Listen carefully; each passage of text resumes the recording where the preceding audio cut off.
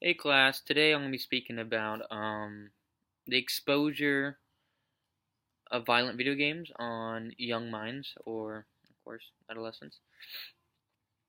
So I'm going to start it off.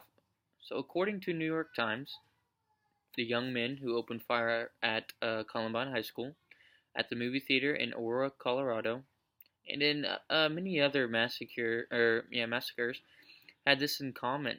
They were video gamers who seemed to be acting out of some dark digital fantasy. If all that exposure to computerized violence gave them the idea to go on a rampage, or at least fuel their urges. But I mean, that's what most of society likes to think. But is that really what happened? Social scientists have been studying and debating the effects of media violence on behavior since the late 1950s. Video games in particular since the 1980s. The issue is especially relevant today because the games are more realistic and bloodier than ever. I mean, because most American boys play them at some point in their life. At a lower rate, girls do too, and they are significantly less likely to play violent video games.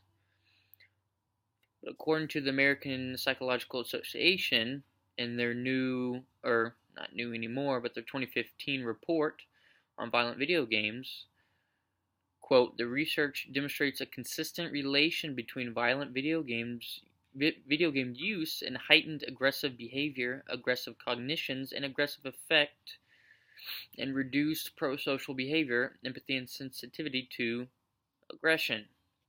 But for years, video games have been criticized for making people more antisocial, overweight, depressed, but now researchers are finding that games can actually change us for the better and improve both our body and mind. Games can help to develop physical skills, take the case in preschool. Children who play interactive games, such as the ones available on Wii and other consoles, have been shown to have improved motor skills. Like they can kick, catch, and throw a ball better than children who don't play these video games. A study of surgeons who do microsurgery in Boston found that those who played video games were 27% faster and made 37% fewer errors than those who didn't. They said that vision is also improved, particularly telling the difference between shades of gray, which this is useful for driving at night, piloting a plane, or reading x-rays. Games also benefit a variety of brain functions, including decision making. In this case, people who play action games make decisions 25% faster than others and are no less accurate, according to a study. It was also found that the best gamers can make choices and act on them up to 6 times a second, which is 4 times faster than most people. Another study by researchers from the University of Rochester in New York experienced gamers were shown to be able to pay attention to more than 6 things at once without getting confused, compared with the 4 that most people can normally keep in mind. Additionally, video games can also reduce gender differences. Scientists have found that women who play games are better able to mentally manipulate 3D objects. There's also evidence that gaming can help with psychological problems. And at the University of Auckland in New York, Auckland in New Zealand, researchers asked 94 young people diagnosed with depression to play a 3D fantasy game called Sparx, which is spelled Sparx. And in many cases, the game reduced symptoms of depression more than conventional treatment. A lot of benefits from video games that society is starting to see and figure out.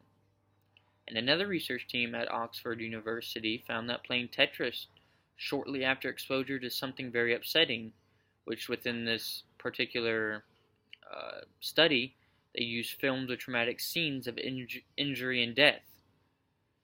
And they found that the playing of Tetris can actually prevent people from having disturbing flashbacks. The effects are not always so positive, however.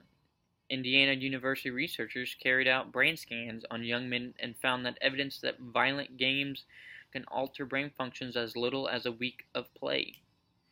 affecting regions in the brain associated with emotional control and causing more aggressive behavior in the player. But to the extent of aggressiveness, they didn't specify. So yeah, probably did um, increase aggressive behavior, but probably not as dramatic as you're thinking. Or they probably would have included it in their study. But to move on, Daphne Bevelier, one of the most experienced researchers in the field, says that the violent action games that often worry parents most, they actually have the strongest beneficial effect on the brain, which we just went over. All the quicker thinking, cognition, more flexible, more improved in hand-eye coordination, and all those other ways that which we just found out. But in the future, we may see many treatments for physical and neurological problems which incorporate the playing of video games. Which brings me to conclusion. There are many opinions on if violent video games affect young minds negatively. But so far, there hasn't been any concrete studies showing that there's a strong connection between violent video games and increased aggression or violence amongst teens. So there's no reason that we should, it's no logical reason that we should associate violent video games with increased aggression. Like, we shouldn't blame violent video games with, like I said earlier, within the Columbine shooting or the shooting that happened in that movie theater in Colorado. There's no evidence that points to it. To conclude all that, at the end, reference number 1